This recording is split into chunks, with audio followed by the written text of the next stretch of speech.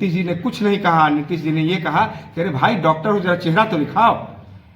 हिजाब लगाने का बहुत तरह का अर्थ होता है। बहुत सारे मुस्लिम कंट्री में हिजाब प्रतिबंधित है और आप डॉक्टर हैं साहब, आप माथे में लगा सकती थी। ये पूरा आंख तक चेहरा आतंकवादी है क्या?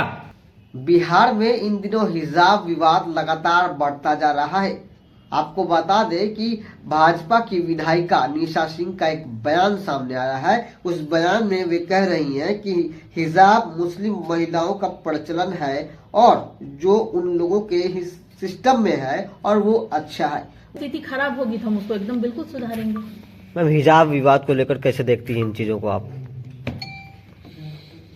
देखिए, हिजाब तो एक महिलाओं का, मुस्लिम महिलाओं का ये प्रचलन में है कि जो हिजाब लेके चलती हैं, तो इसको क्या, जो उन लोग के सिस्टम में अच्छा है। वहीं भाजपा के जो नेता हैं मनोज राय, उनका एक बयान सामने आया है। उस बयान में वे कह रहे हैं कि आप डॉक्टर हैं, आतंकवादी नहीं।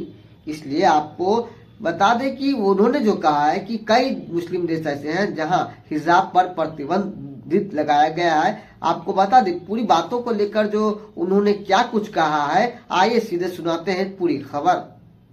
विपक्ष को बहाना चाहिए, ये कोई विषय नहीं है। आप लोगों ने भी देखा तो विजुअल चलाते हैं। अभी मैं कुछ बोल रहा हूं और मेरी भंगिमाएं क्या हो रही हैं वो आपके विजुअल में आ रहा है। नीतीश जी ने कुछ नहीं कहा। नीतीश जी ने ये कहा कि अरे भाई डॉक्टर हो, जरा चेहरा तो दिखाओ।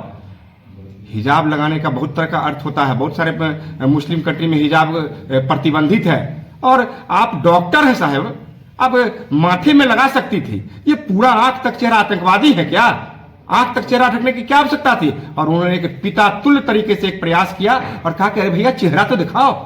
अपनी बेटी का चेहरा, अपने बेटा का चेहरा, ऐसे नूरानी चेहरा को देखने के लिए अगर किसी ने हल्का सा कर दिया, उसको लोग हिजाब खींचने पर ले गए। वो कश्मीर और पाकिस्तान से लोग धमकी देने का काम कर रहे हैं। ये बताना चाह रहा हूं कि हिंदुस्तान पे जो खतरा, आसन्न खतरा लाने का लोग प्रयास कर रहा है, ये तो अच्छा हुआ कि नीतीश जी के इस पितातुल्य व्यवहार से इस खतरा के बारे में भी हम लोग पहले ही से सचेत हो गए कि पाकिस्तान धमकी दे रहा है। ये कोई मुद्दा नहीं है, क्योंकि पूरे भारतवर्ष में नरेंद्र मोदी जी के आने के बाद विपक्ष मुद्दा विहीन हो गया है।